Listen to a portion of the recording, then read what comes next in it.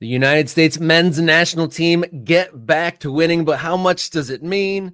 We get to know the soccer district of Jacksonville, Florida, and we review the feedback from you guys on the United States Soccer Federation's plans to get involved in college soccer. That and more on Morning Kick Round.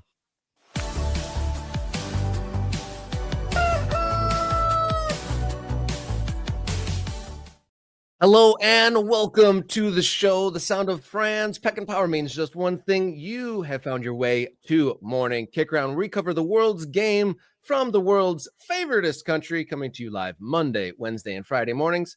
I'm Robert Kerr. He's Jason Davis. Thank you for joining us live on a Monday. How are you doing, Mr. Davis? It's a Monday. It definitely feels very Monday today, Rob. I think you and I are both in that. Wow, it's Monday, isn't it? And then we're together. We're gonna feel better. We've got some good stuff with the U.S. men's national team in the Gold Cup. We've got some weird stuff in the Club World Cup. We're gonna learn about Jacksonville, as you said. Okay, let's make this a good Monday. All right, if you're watching this now and you haven't hit subscribe yet, do so now. We're well past 2,500 subscribers, so be the next to do that. And if you've already done it and you enjoy the show, tell your friends, put it in the group chats, do all those things, get more folks involved as the conversation gets richer with more people in the mix. You can take it a step farther by becoming a member. Hit that next button next to subscribe. And for $3.99 a month, you can become an MK Ultra. You get priority access to videos, priority commenting during live shows, access to the Discord with conversation threads from local all the way to international competitions. Great place for some soccer chat there. Outside of the YouTube sphere, you can also support by donating at coffee.com/morningkickround. There you can make up your own donation amount, or however you want to support the show, you can do so there. You can follow the show on social media at mkickround on X, Instagram, and Blue Sky. You can write us a note at morningkickround@gmail.com. One last note, you can find us as a podcast. Search Morning Kick Round on your favorite podcast platform. All right, you ready for some Monday segments, sir? Let's do it. Let's go. All right, Monday long balls coming at you here on Morning Kick Round.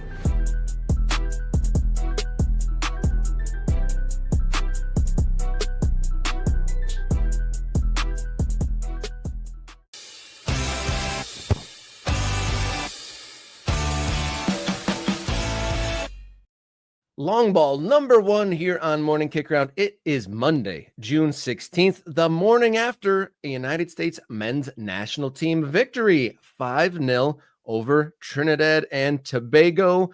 Diego Luna and Tillman, probably the stars of the show. What do you make of that game yesterday? Yeah, it was certainly a pick-me-up after what we witnessed in the friendlies and the 4 consecutive losses for the United States. And I think what we learned is Diego Luna is a baller, and it's always fun to have him on the field. And he's, even if he's not making things happen, he's fun to watch. I think at one point in that game, he won the ball with a phantom tackle, with like a dummy tackle, Rob. He kind of went in, slid into like he was going to make a tackle, didn't make no contact, didn't even touch the player. The player kind of jumped, gave the ball to Diego Luna. It was pretty great. Obviously, you had a couple of moments. The goal that Ajaman got credit for was Diego Luna making all of that happen, of course. Malik Tillman, who I want to see make it a consistent kind of thing that he delivers this kind of performance to the U.S. men's national team, was good. So I think I'm encouraged by that, Rob. This team is good enough to win this tournament. Like, talent-wise, they're good enough to win this tournament. I don't know that why we would be, just because they had a little bit of a bump in a couple of games. And obviously that first half against Switzerland really dropped enthusiasm dramatically. But that was never going to be the starting lineup in any game that Mauricio Pochettino wants to win. I know he's using this as an exercise to see some guys and get ready for a World Cup, but he also wants to win. This is also important, this victory, Rob, and we don't have it on a rundown, right? Maybe this is a breath of fresh air for people. I don't know. But everybody else is talking about Christian Pulisic. Everybody else is talking about Mauricio Pochettino in his pregame press conference the day before the match, having to say, I'm not a mannequin, which I think most people are interpreting to mean I'm not a puppet. I mean, Christian Pulisic cannot dictate what Mauricio Pochettino does as head coach of the U.S. men's national team. So now we have this battle within the team, which is not fun if you just want to see them come together and get ready for the World Cup. It does allow for that drama, though, which I think it keeps them in the conversation. So look, Pulisic's not here. McKenny's not here. Weah's not here. Musa's not here. Who am I missing? Dest pulled out. Balogun's not here. An injury on Tyler Adams is still hurt and didn't play in this game. You want to see some kind of progress. Jedi Robinson is missing. And this group, while again, I don't know that we're going to get a lot of guys from this group going to World Cup next year, they showed something against a bad Trinidad and Tobago team.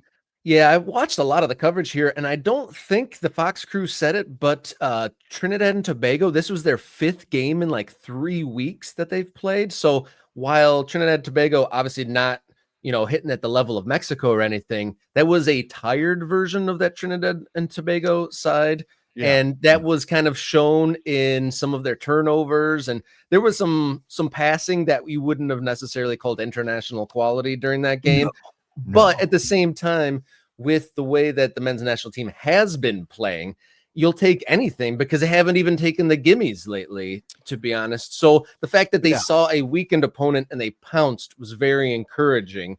And the combination between Luna and Tillman was very encouraging. They were finding each other with all sorts of clever passes. And Aljamain, while not the finished product, has some physicality and some traits that you could see turn into something.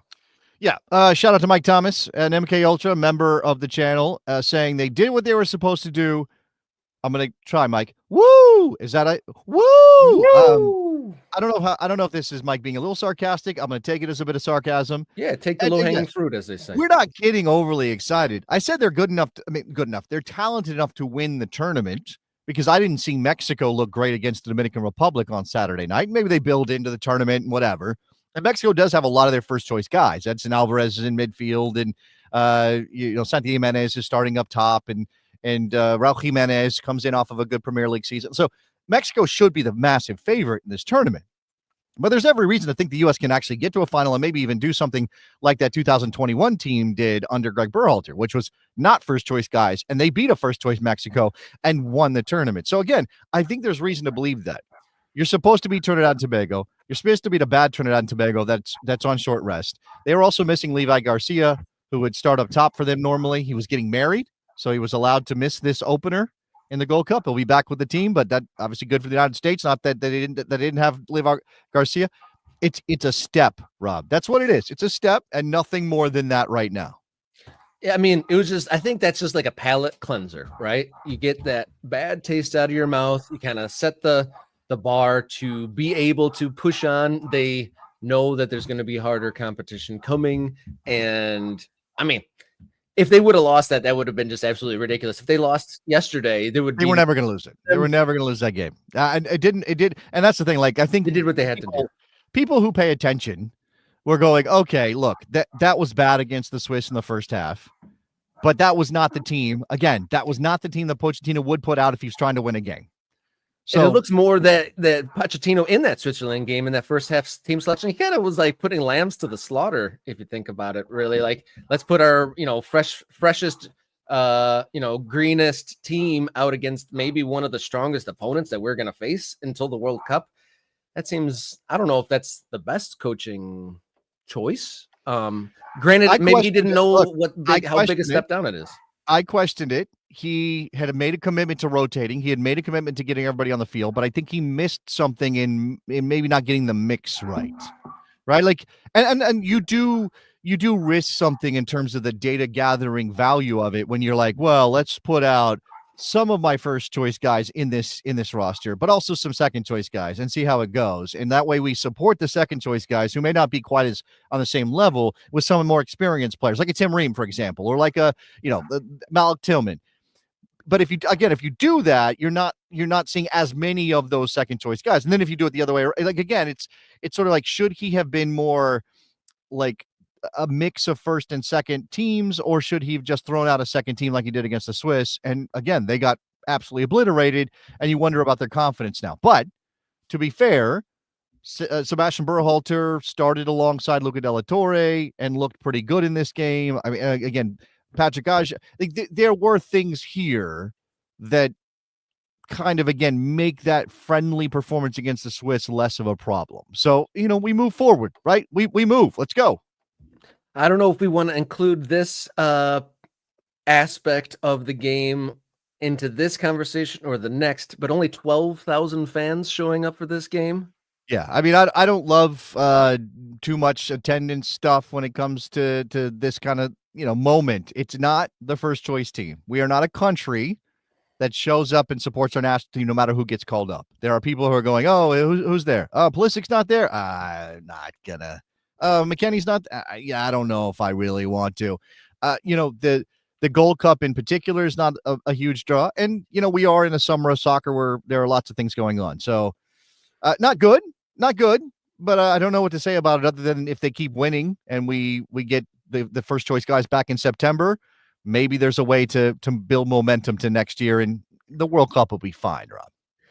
The United States men's national team continue their Gold Cup group stage on Thursday night in Austin, Texas. Curious if the win, like, are fans reactionary enough to suddenly buy tickets to that game that wouldn't have already, but coming off the back of a win? Again, Rob, I have no idea. Like, the attendance thing is not of interest to me because we've been here, we've done this, and I don't think. Again, I don't know that there's any, like, if you want to use it as like a cudgel against the U.S. men's national team, the U.S. soccer program, or Mauricio Pochettino, whatever, you can do that. Be my guest. I'm just not interested in it.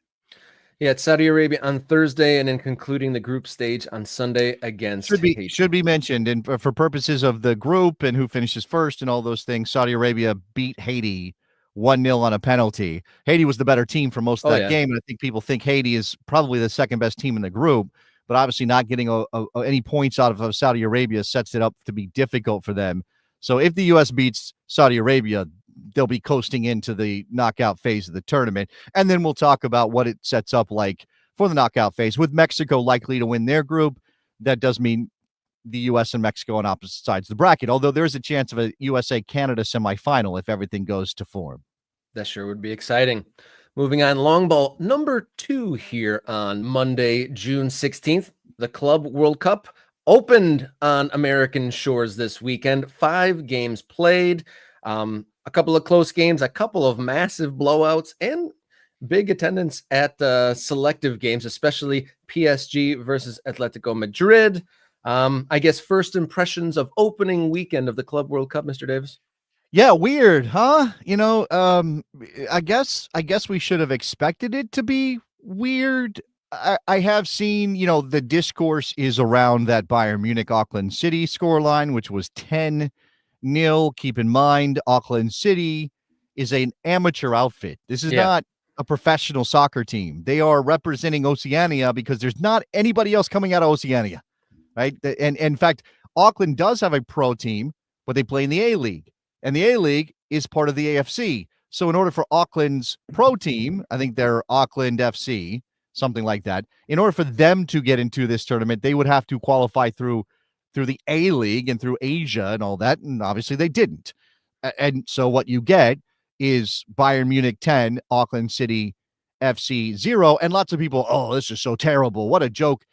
Look, I think this Club World Cup has a lot of problems, but I don't know that that scoreline is necessarily something that you should be using as evidence that this is terrible as a concept, because we will get other games. Now, Palmeiras and Porto, they didn't score any goals. They ended up with a goalless draw, which was disappointing. But, and I think there were 50,000 people on hand in a building that holds a lot more than that. So it kind of looked less impressive than it could have been. But still, that's interesting, right? You get a Brazilian team and a Portuguese team. We got now PSG and Atleti. I don't think they'd ever played competitively before. This may have been the second time. Maybe this was the second time they'd ever played competitively because PSG hasn't been a thing that long. But obviously an interesting game, and the European champions waxing Atleti is something, and in front of a big crowd, as you said.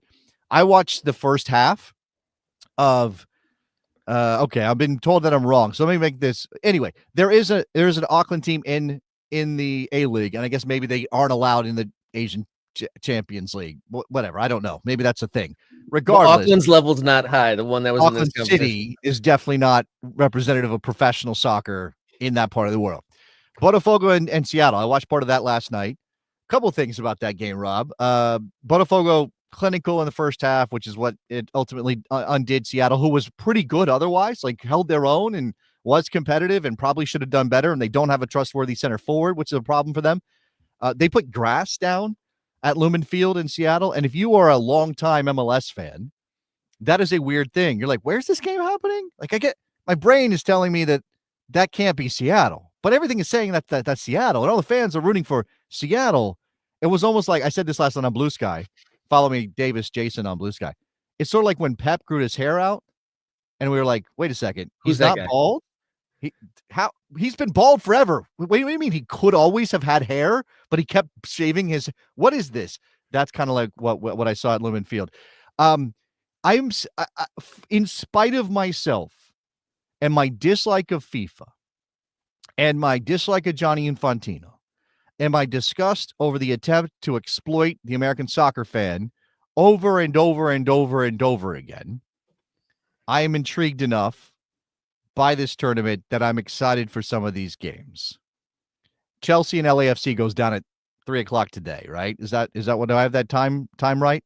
Let's see here on the old computer. Yeah, today's action, Chelsea versus LAFC at 3. Yep.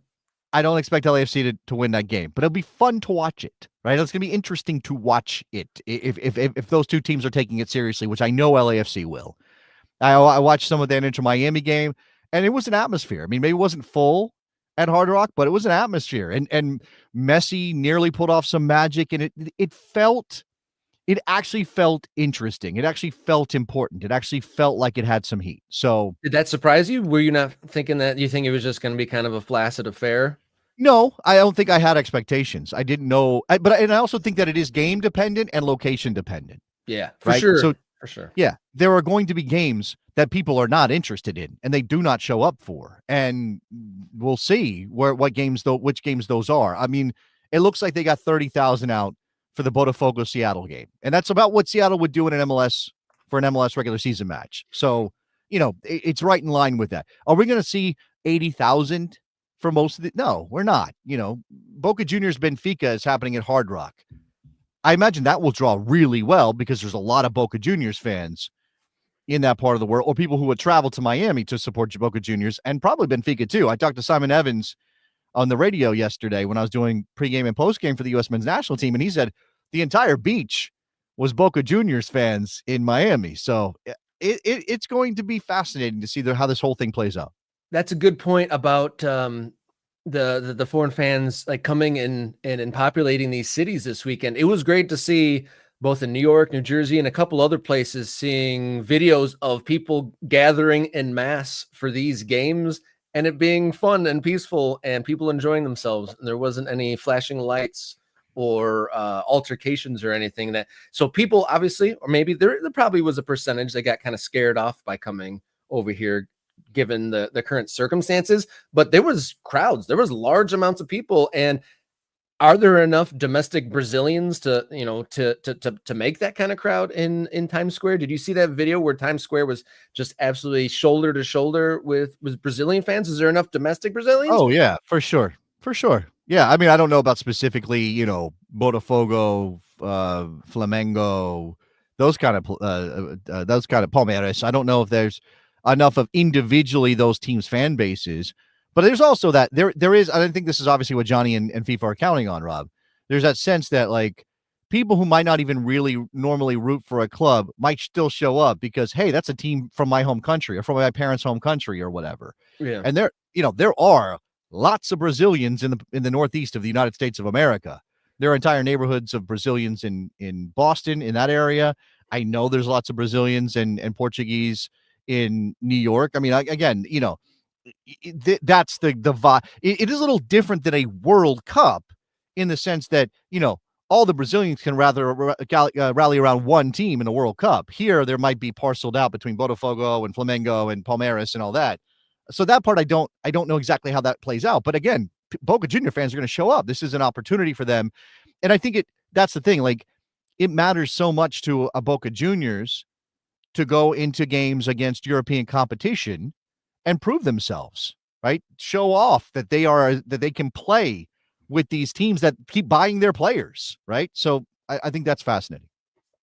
Moving on to actually, before we move on, I'll just let you guys know today's schedule. LAFC versus Chelsea at 3, Boca Juniors versus Benfica at 6, and then Flamengo versus Esperance, the nightcap at 9 o'clock tonight. I did think before we do move on again, I thought it was very weird to see. I mean, I understand why, because they've got a couple teams in it, but it seemed very weird for MLS to be promoting the Club World Cup while their own domestic league was going on. It seemed like bringing attention to things that weren't necessarily their own product. And it just seemed, and then also for the United States Soccer Federation and CONCACAF to have their own competition while FIFA is like kind of dropping on top of them. Like the FIFA is like intentionally directing attention away from domestic and regional products here. Yeah. Well, like, what can they do? CONCACAF can't do it. They want to hold their Gold Cup like they do every 2 years, and we can argue about whether it should be every 4 years. Yeah, why is the Gold Cup every 2 years? Yeah, I don't know. Major League Soccer, can't take breaks at this time of year, and unless the calendar gets switched. And I know we talked about that last week with Jorge Mas and his comments. They're always going to run into this problem. And look, the money is green, right? You can't say no to the money. Well, another note on the Club World Cup and the Gold Cup that I found fascinating and weird. The PIF, the investment fund of Saudi Arabia, is advertising on the boards during games at the Club World Cup and the Gold Cup, because I saw some advertisements. The signboards went to PIF when the U.S. was playing Trinidad and Tobago yesterday, and I'm like, what is PIF advertising? Like, what is it? What are they selling? What's the point here? How does brand recognition help a private investment fund backed by the Saudi royal family? Like, I don't get that. But maybe just an overall a softening. They're bring awareness, and they're not the mysterious boogeyman they're bringing forward. Like, so a lay person that don't know it. Oh, PIF, I've heard of that. They seem it's a normalization process. It's slow and psychological, and that makes me feel oogie, Rob. But here we are. Yeah, soften up the body, right? Long ball number 3. Some lower league news here. The supporters group for a Hartford Athletic of the USL Championship are putting together a silent protest due to the poor play. This is their statement from Bonanza, the official supporters group of Hartford Athletic. Due to poor play on the pitch, lack of investment in the squad, minimal acknowledgement of the supporters group by the players and the coaches, and diminished communication between those parties, the Bonanza have decided to watch the match in silent protest.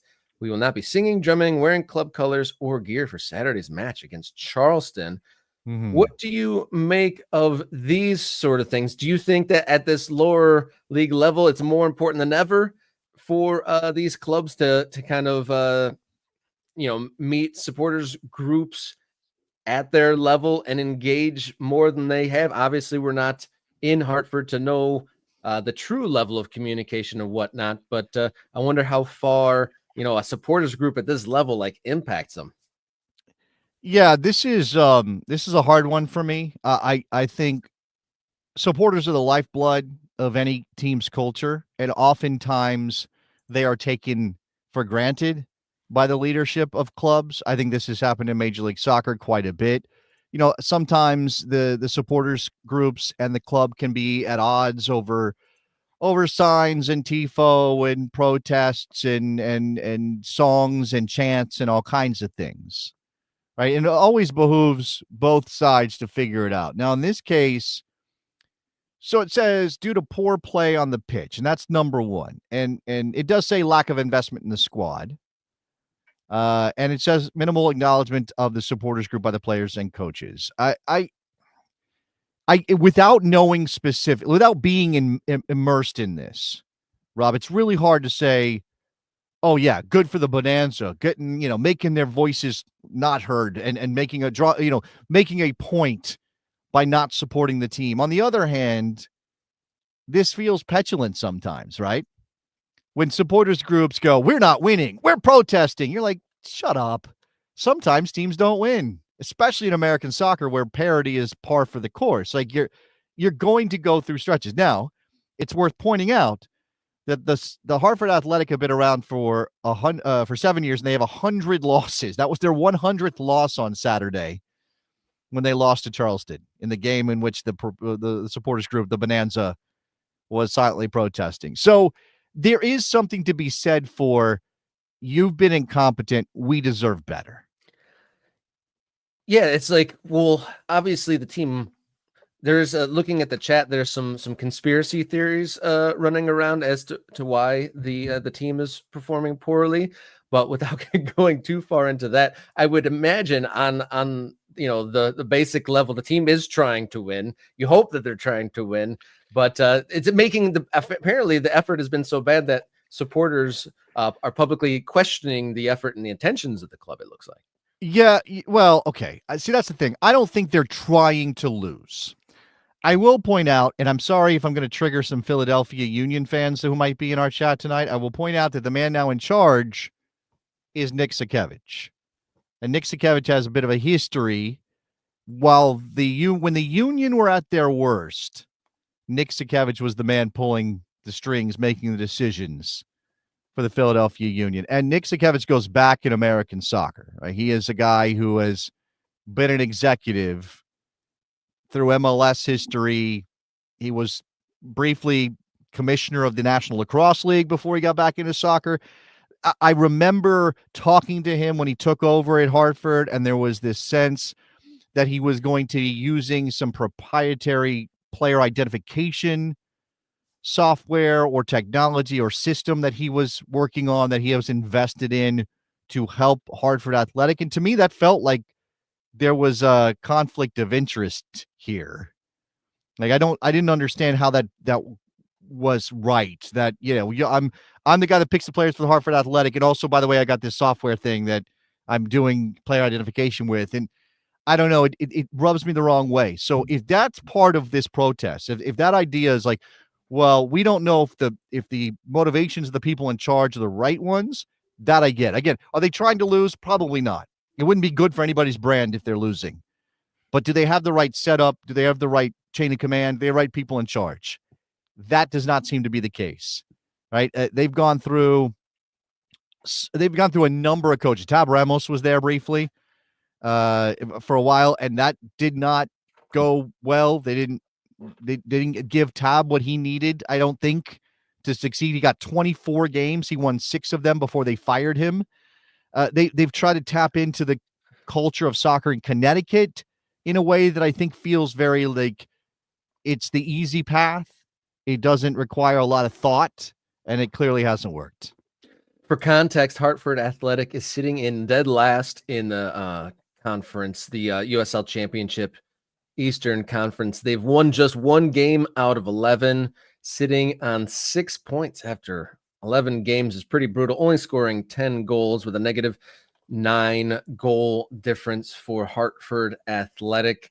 And their fans they've seen 1 win, and that was in the Jägermeister Cup against Westchester SC. They haven't seen that Seoul League win was back on April 19th against Birmingham Legion. So nearing 2 months before a league win, I'm sure morale is pretty low and you start grasping at straws for what the real problem is. And, it's come to the point where the hardest or ardent of supporters are having a say, and curious to hear if they did follow through on this on Saturday and remain silent throughout the match, as they said here before the game. Yeah, we'll see. Yeah. Excuse me. If you are watching this and you haven't hit subscribe yet, what are you waiting for? We're past 2,500 subscribers and are welcoming more. Just hit that button and you will help expand this channel. And if you want to support at another level, $3.99 a month is what it costs to support the channel as an MK Ultra. Get that basic membership and you get access to priority commenting, early access to videos, bonus videos, and access to the Discord channel. We got threads from local, MLS, national team, USL, lots of solid soccer conversations happening there. And obviously, the more, the better with those. If you want to follow along on social media, you can find us at Kickaround on X, Instagram, and Blue Sky. Write us a note at morningkickaround@gmail.com. And if you want to support us outside of the YouTube sphere, coffee.com/morningkickaround. You can name your donation and your frequency of donation right over there. Thank you to everyone who has both subscribed, become a member, or subscribed on Ko-Fi, coffee.com/morningkickaround. Thank you to everyone for that. We are going to catch our breath and be joined by a special guest to talk about Jacksonville soccer here on Morning Kickaround.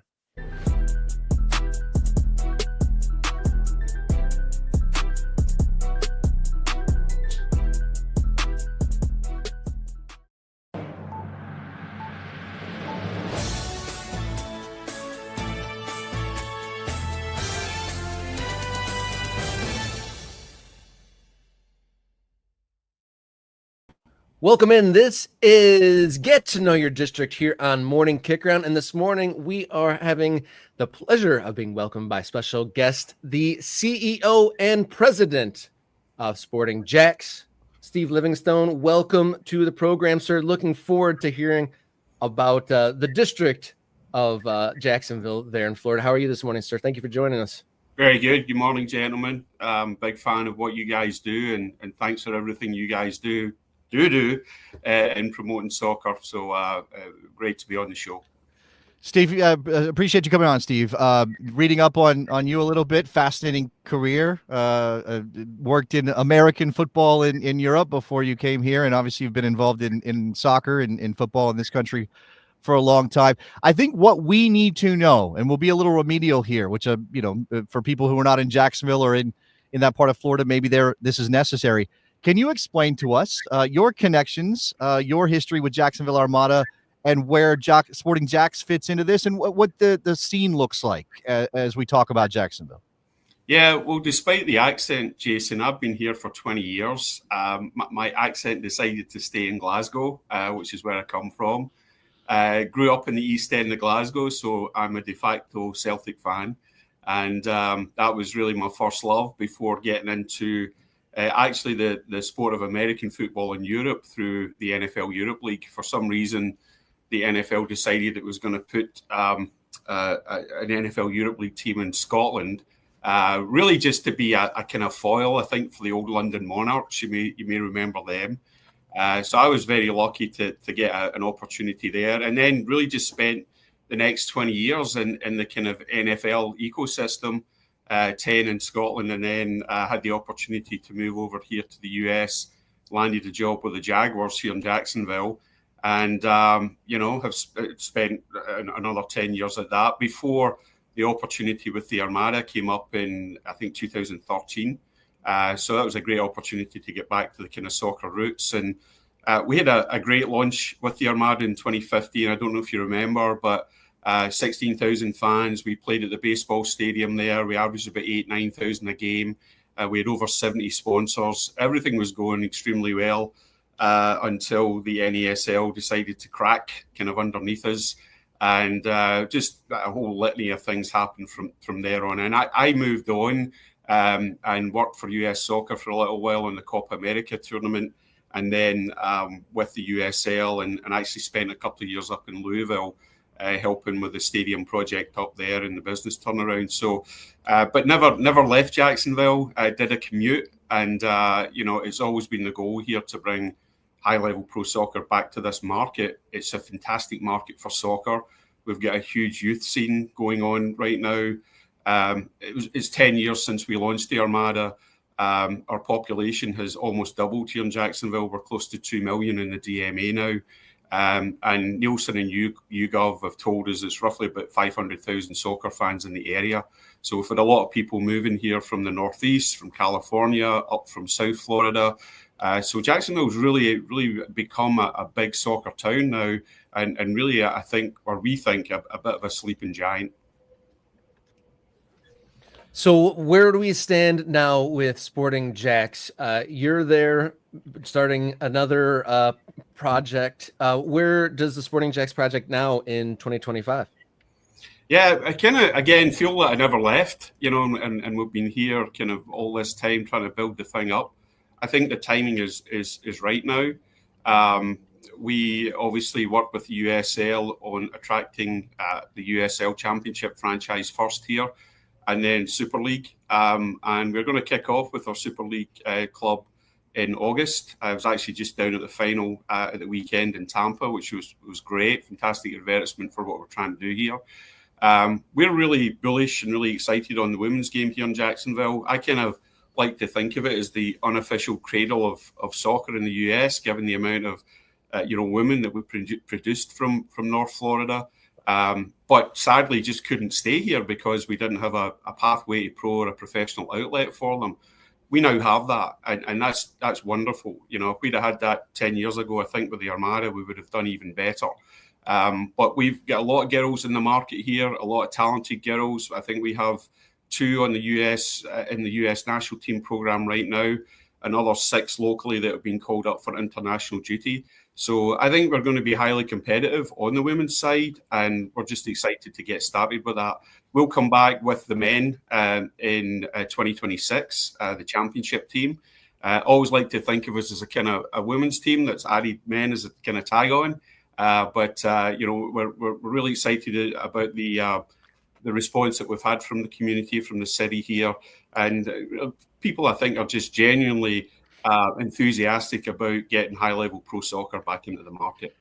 It's interesting. I mean, that's great. The women's team, and you're going to tack on a men's. Why not do a men's team? I think that is a good framing for you, Steve. I also, it's interesting. You mentioned the USL Super League, the first title game, the advertisement for that product. That is a first division, which I think maybe has escaped some attention. And obviously, lots of men's soccer fans in this country are very wrapped up in our pyramid and promotion and relegation and all those things. And we may ask you about that with your USL Championship side.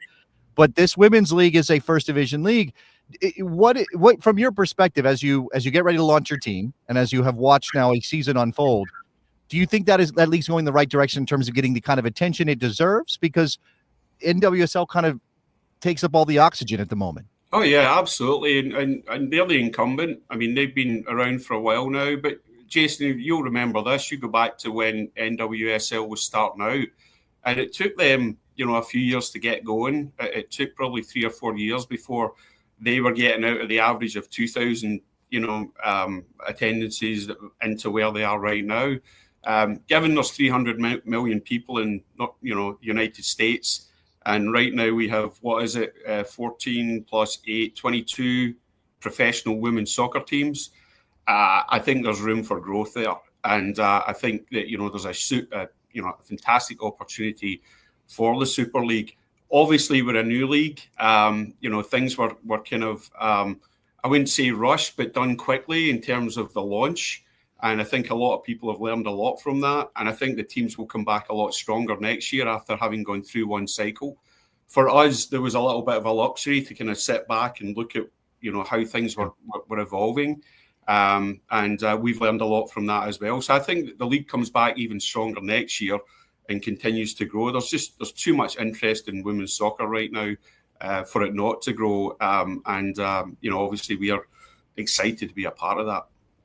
Exciting times for you, like about 2 months away from the launch of the women's side, and then probably 9 months out from USL Championship side, if I'm understanding correctly. So I imagine there's a lot going on behind the scenes. Like what are you doing now? Are you guys building out staffs? Is there stadium plans? Like what all is being built infrastructure wise in this pre-launch for 2 different teams within the year? Yeah, it's kind of funny. I think locally here, people think, where did you guys come from? Overnight success sort of thing. We've been working on this since 2017.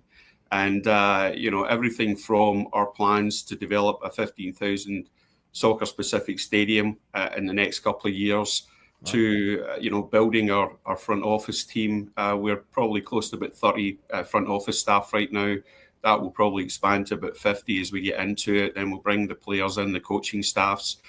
We've tried to do things at a very high level, given previous experience. If you're going to do it right and make sure it's going to work and be sustainable. Part of our bigger plan here is not only to launch the 2 pro teams, but to develop the stadium, to develop practice facilities, and to develop really a European-style pro academy that kind of locks into what we've already what's already been built here in North Florida through Florida Elite and the great work that Sean Bob and his team have done over there. But we went out and hired Mark Warburton, who I think is a kind of a name in world soccer. Mark was the kind of force behind the setup of the academies in places like Brighton and Brentford and Nottingham Forest. Really is well known for his managerial stints at Rangers and Nottingham Forest and QPR. Sorry about that. Our lights are on a timer here. And that's good That's saving some money, Steve. I appreciate it. Yeah, and our stadium will be built with sustainability in mind as well, Jason. But yeah, we it's like we haven't paid the bill there, but we have. So yeah, so we're trying to build a world-class organization here and make it something that really Jacksonville deserves, and we maybe never gave them a first time round, but trying to do things the right way and trying to make sure that we're going to be here for a long time. Okay, I'm going to come back to this. I know we kind of brushed past it, and I do want to ask about promotion and relegation, as it looks like it might be coming to the men's game for USL. But you, with the Armada still operating, and my understanding is they want to be an MLS Next Pro team next season. They might even have a stadium plan of their own. Jacksonville's big enough for both of you at this point. Do you believe that? I mean, we've done enough videos and talked a lot about Chattanooga and some of the hard feelings that exist in that market. How can you talk about Jacksonville? How can you explain how Jacksonville might work with two organizations? Yeah, I come from a city that has roughly about 2 million people, and you want to see the amount of soccer that's been played in that market. So I'm not convinced that markets in the US can only sustain one team at a time. I think there's definitely opportunities around that. The Armada are playing in the NPSL right now. They are an amateur team, and they have been for the last 8 years. There is a vacancy in the market for a professional team, which we felt was important to fill. They do have ambitions to play MLS Next Pro. We welcome that. We think that's going to be great for the city, and to actually develop a local rivalry, a local derby match, if you like, is something that we're really excited about. The Armada do have plans for their own stadium as well. I think it's a 2,000-seat kind of high-style stadium that they're building. We've actually reached out to them and asked them to come and work with us on our stadium development, and we'd love to have them, be a tenant, if you like, in that stadium. But no, I think there's room for everybody in this market, Jason. Okay. And again, I think the other thing, it's, the great thing about America is it's a free market economy. People will rise to what's the best thing in the market.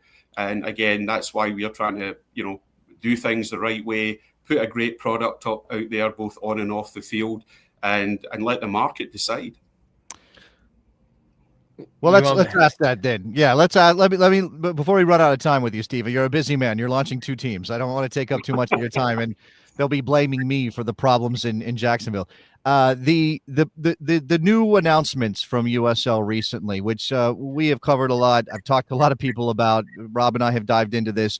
It's first launching a first division.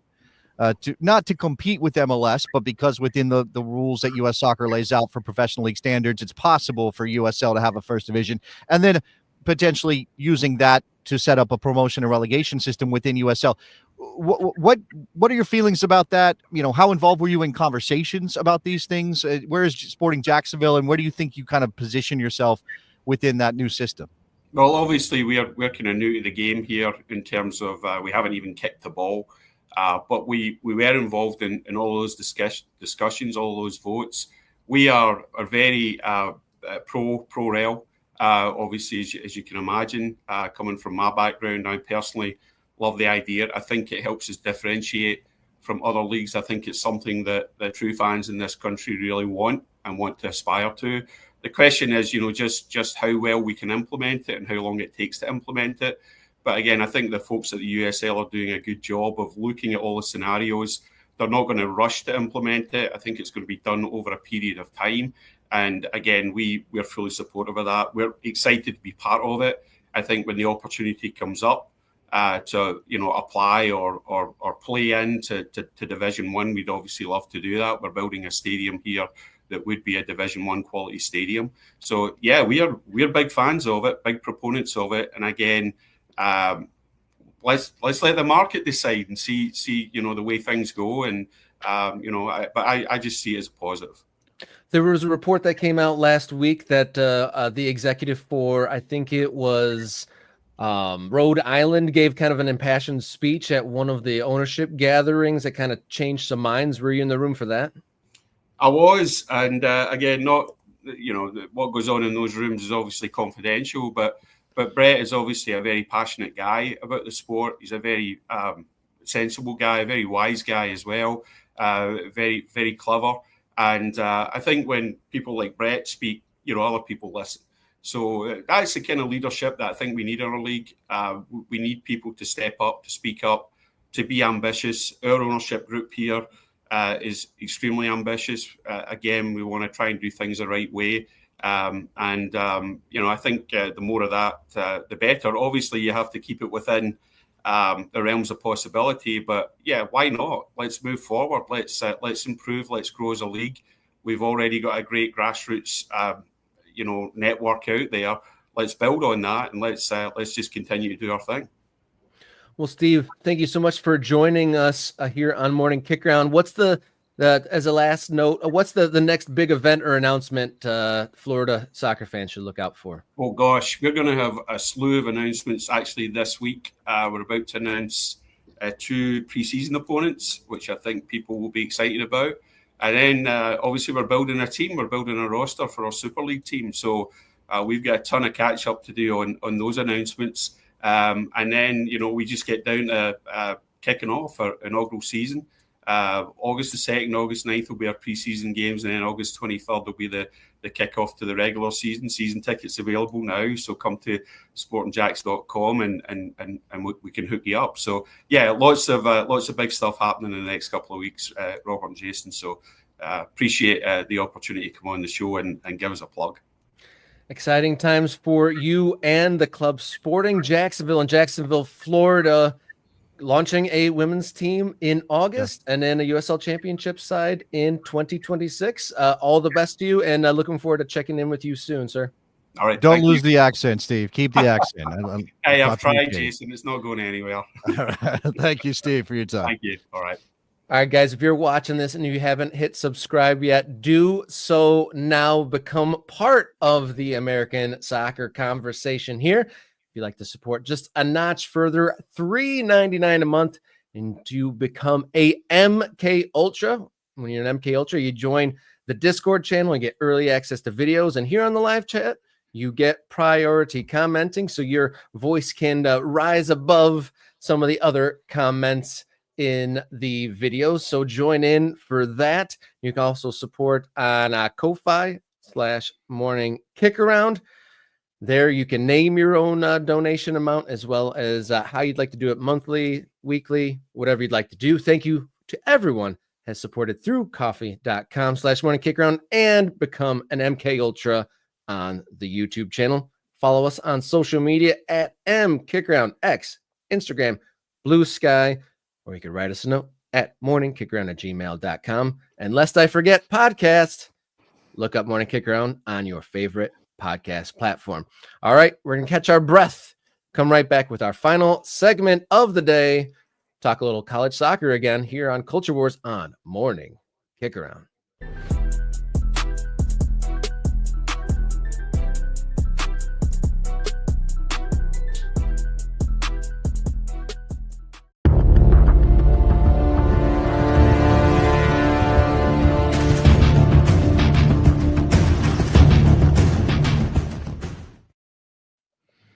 Welcome in. This is Culture Wars here on Morning Kickaround. I'm Robert. He's Jason. We had a video last week following United States Soccer Federation's announcement. They are putting a council together to potentially, take over governance of college soccer in the United States. And as awesome as you are, MK Ultras, you had plenty to say in the comments to that video. Some contrasting points of view. Some, some maybe. What would you say? Totally thinking that this is an outrageous idea. Some people thinking it's a good idea. Some people thinking it's putting a paper airplane on top of something that doesn't stand solidly. Poor analogies there. I understand. I'll acknowledge that. My bad. But A paper But- airplane. Yeah, it's a paper airplane at an airport or something. I don't know what's happening right now. on Yeah. on a jet runway, it might just blow away and not become anything. I talked to a number of people. I was at did some commentary over the weekend. Was at a lot of local soccer events, and a lot of people had some things to say about this. And there's a lot of rumors flying around too. Yeah, But- it's I would, if you got rumor, I mean, we try to have some journalistic integrity, so I don't know if you should be telling us, saying rumors. No, I'm not going to dispel them, but I know that there is a million different talking head people on the social medias kind of speculating wildly on what this all means. Yeah, look, it's gonna inflame passions, right? Not only is it soccer, which already inflames passions, you're throwing college sports, you're throwing in the money that is now changing the face of college sports, right? And so when we look at our comments here, we're gonna see that range. We're gonna see paper airplanes on top of unstable structures or whatever it is here, and we're gonna see other people who maybe are trying to figure out, whether there is something that could actually be done. So this is Neil. He said because there was this statement made that this could be the best U23 setup in the world. I believe that was JT Batson who said that, U.S. Soccer CEO. He's saying, Neil, in his comment, that would be by default because Premier League 2, which is effectively a 23 league for Premier League to reserve teams, is only used to get players to match speed, does nothing for development. It's not challenging enough, which is why Man City and probably others play U19 players in PL2 just to keep them fresh for League Cup matches.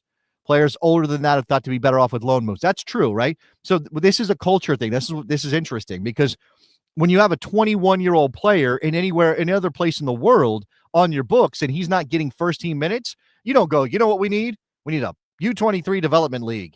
What you do is go, let's loan him out. Let's find a place where he can get meaningful minutes in a competitive environment that's not sort of draped in this developmental veneer, I guess, right? And that, but I do think that what's maybe interesting about college soccer is that because the passions are there, because representing your school and obviously people attach themselves to schools, and even if they didn't go there, this is mostly true in football and basketball, but even if you didn't go there, people are fans of the teams. That could create a competitive environment that could be beneficial. What really makes me suspect about U.S. college soccer, Neil says, is the best development pathway for young players seems to be them playing in a better league year by year, like playing League One, Championship, League, going up the levels. Having players at 19 to 23 age range in the same league seems to make them stagnate, ends up being their level. What do you think about this, Rob? I do agree with it just by league by default. Like, I don't know is that like the best claim to fame that we're developing U23 league, even though that's not necessarily like the right pathway at all. I don't know if that's a good claim. But what is JT Batson supposed to say? Like, what he's saying is there's this massive soccer structure and U.S. soccer is not involved, and we think it could be beneficial to American soccer. It's like it's there. Why not do something with it? It could be the best U23 development league in the world, and people are like, well, who cares about U23 development? Those players should be pros by then. But if we have a bunch of players that are out there committing to the game, why wouldn't you try? And if you get 3 or 4 late bloomers every season that come out of that league and become top level professionals, that's worth it, I suppose. Yeah. It's worth it. Yeah, it's for Batson to say it feels like damning with faint praise. But at the same time, what is he going to say? What else should he say? Because it exists. You're not going to dump it down the drain. If you're a soccer, you can't turn your back on it. It's too big and too influential. It's kind of the college soccer is so funny. It's because it's so big. There's so much infrastructure behind it, but yet it's forgotten in the mix at the same time. It's a very strange kind of a monolith of it. And it's so important in the youth game, like so much. I mean, it's starting to fade out now. People are starting to acknowledge that maybe soccer in college is not the place to go to become a pro, but still a huge amount of the youth system in this country is directing players to go to college in a system which isn't really producing players that go pro. So look, kind of a dead end in that scenario, if that is what the player's trying to do. And remember that U.S. soccer, I mean, whether Batson is interested in this part or not, I don't know individually, personally. But remember that U.S. soccer's mandate isn't just to make professional players. That's not what U.S. soccer isn't. They don't exist so that they can try to find the best ways to make players. they're supposed to oversee soccer writ large. I'm not saying that they're always great at it, Rob, or that money isn't infecting how they operate. I'm simply saying that U.S. Soccer's mandate it's supposed to organize the game, obviously supposed to promote the game, and this is promotion of the game. All right, let's move on because there's lots more to get to here. This is from Joe. He says, do any of you realize how many international players are playing college soccer at the D1 and D2 level?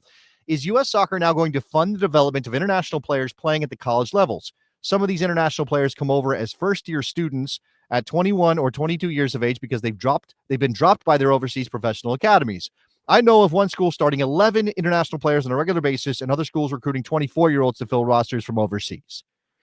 I've seen this firsthand. Obviously, was it Vermont that won the NCAA championship, had a number of internationals. And then at the summer soccer level, almost every single NAIA player is international, like a grad student or something of that sort, to Joe's point that there is more and more international players coming into the system, and whether they're failed pros or they're coming for grad school or otherwise, they are definitely filling college rosters these days. Yes, they are, right? And I've seen this identified as a problem. I think we talked about Chris Saliza, the former CNN news guy, who is upset about this and was writing about the NCAA Division I title game and how it is, it's too international and where are the opportunities for American players. And I don't like that as kind of a base setting, like, oh, should be only for American players. I don't know. Obviously, in this political moment, there's also a question of internationals coming in and playing soccer in the future, and we don't know what's going to happen there. But what I want to take issue with from Joe is U.S. Soccer now going to fund the development of international players playing at the college levels? I don't think that any of this is about funding college soccer by U.S. Soccer. What this is working with the NCAA, finding a way to bring college soccer closer to the world's version of the game. Again, maybe as a tool for developing players, just giving players more opportunities. I mean, there probably will, we've already seen a number of college players become good pros over the history of American soccer. But imagine if they're playing split seasons, fall and spring, and they're following FIFA laws, Robert. They're going to be more prepared to be professionals. And even if we're talking about guys who go and play in the third division in England or something, right? I mean, I don't know about work permits, but even if we're talking about that, that's a net positive, right? Think about this as we're at zero. We're not, but we're at zero. And if you even get to 1, you're doing better. Now, whether that juice is worth the squeeze is up to other people, not me. I'll say that. Yeah, I'm with you with the rules thing. Definitely needs to change. I think that's a baseline, regardless of calendar change or anything like that. I think if college soccer is trying to develop pros, they need to revert to the standard rules. I saw this on display this weekend. I'm mostly talking about the substitutions, the rolling subs, being able to check in and out of a game. So I did commentary for a USL 2 match on Friday, which had the standard substitution rules of, once you're out, you're out. But on Saturday, I did a Midwest Premier League game, which adheres to the college rules of subbing in and out. And the tactics of that were completely different. The front three to the teams would just press all out, all out, all out. And in a normal circumstances, you can't do that because the front three that started got subbed out in the first half. And then replacement front three came in, and in the final 20, 30 minutes, that front three came back in the game, and it was completely different. Those two games, the tactics, the way it played out, completely different. And if a hypothetical player is trying to become pro, and they're playing in tactics where you can just not have to gauge your save your energy or anything like that, that's not the same game. Yeah. All right, let's move on. Still got a couple more. See if we can get to them without going too far over. This one is a novel. So we're going to hit some highlights from what this one looks like. Let me also get rid of that banner. This is from Caradonio. I'm going to guess that's what that is. ATX. I'm assuming that's Austin, Texas. Now, at the bottom, it says, after 40 years of being involved, it's starting to feel like Groundhog Day. I'm going to take it that our man here is a college soccer veteran. Right, that he knows what of which he speaks. He says, "Great, nothing like taking a broken and non-functional system and handing it over to a corrupt and inept organization." I think we know where he stands on U.S. soccer, right? I think he says it's not a Ferrari sitting in the garage; it's a 1988 Honda Accord, If the chair of the group is from Deloitte, then the solutions we will get are going to be profit motivated, which he says he doesn't have a problem with, but he just wants it to be honest. And U.S. Soccer and MLS are not just in bed together. They are essentially conjoined twins. So anything U.S. Soccer suggests will have to somehow consider and benefit MLS. Let's not even get started with how U.S. Soccer has spent the better part of the last decade more concerned with politics than soccer. Okay, I don't want to talk about this part. This one makes me uncomfortable. I'm not sure where he's coming from about equal pay. He's saying that they were virtue signaling in order to pay the women equally or something. I that one is weird. Biggest problems in college soccer, Rob. College soccer coaches are mostly crap. All right. Scholarships create odd incentives for coaches to stick with their players and lead to favoritism. By the way, that's called sports. Yeah. I'm sorry. That's called sports.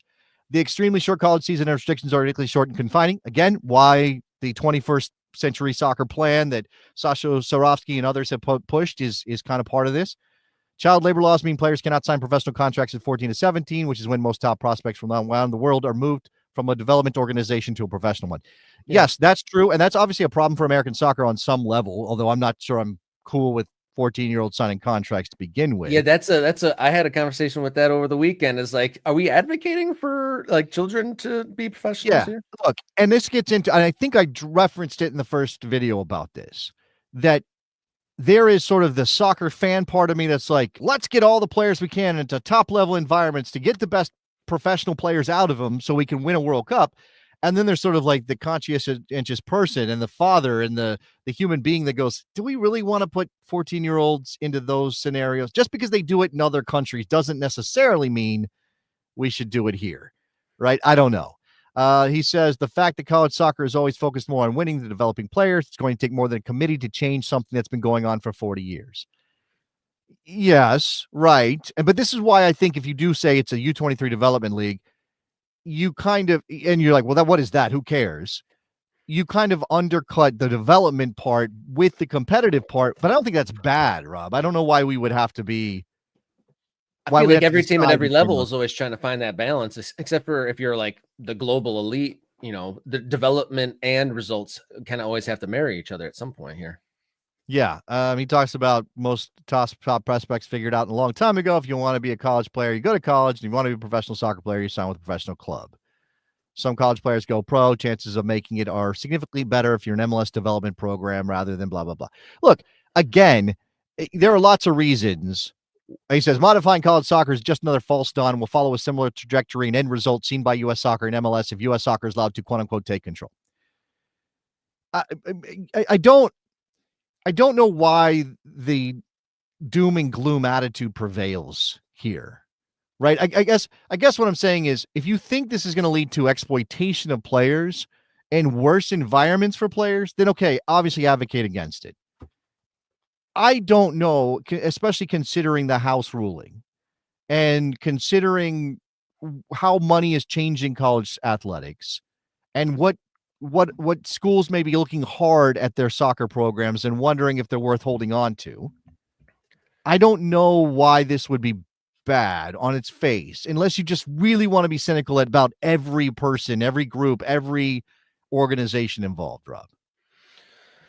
Complicated times we're living in here with the soccer landscape. I was saying over the weekend, we're either at the first step of a whole new world for this, you know, college world kicking on to bigger and brighter things, or it's the death knell, like that this is like a step towards the college system. Look, if it is at all close to a death knell, if you have any interest in saving it, then this is an opportunity to do that. Again, beggars cannot really be choosers here. We can't say, well, I don't like U.S. soccer and I can't believe Deloitte's involved in MLS.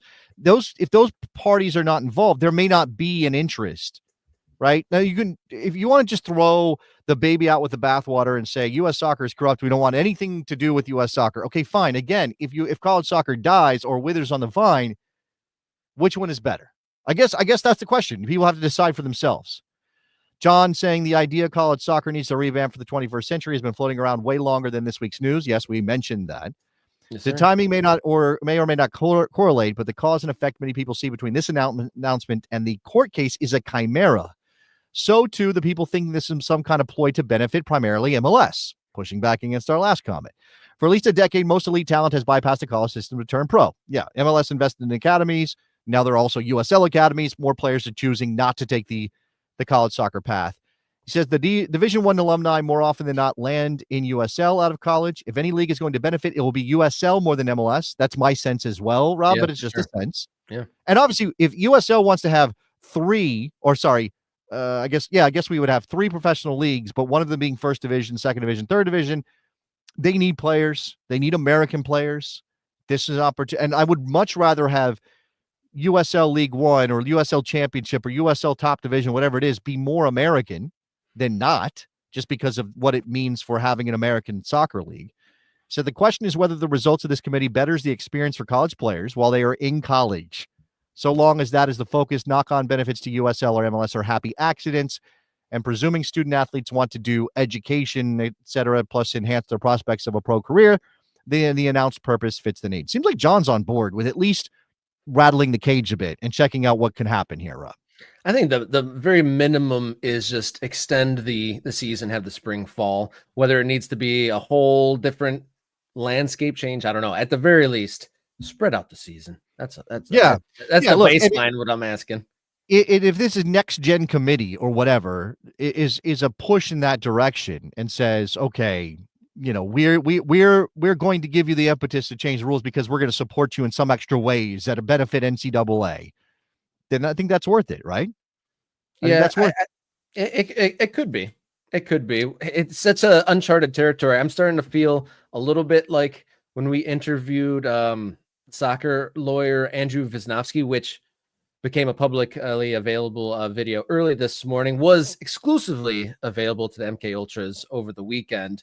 But just how unknown territory we're stepping into here, it's hard to know what the grounding is, what the footing is for this moving forward. It could be the most minimal of changes, but it could just blow the whole thing wide open. All right, the pendulum has swung back in the negative direction from random dude OYT. None of these players are going to be paid. The settlement killed any chance of that by a decent scale.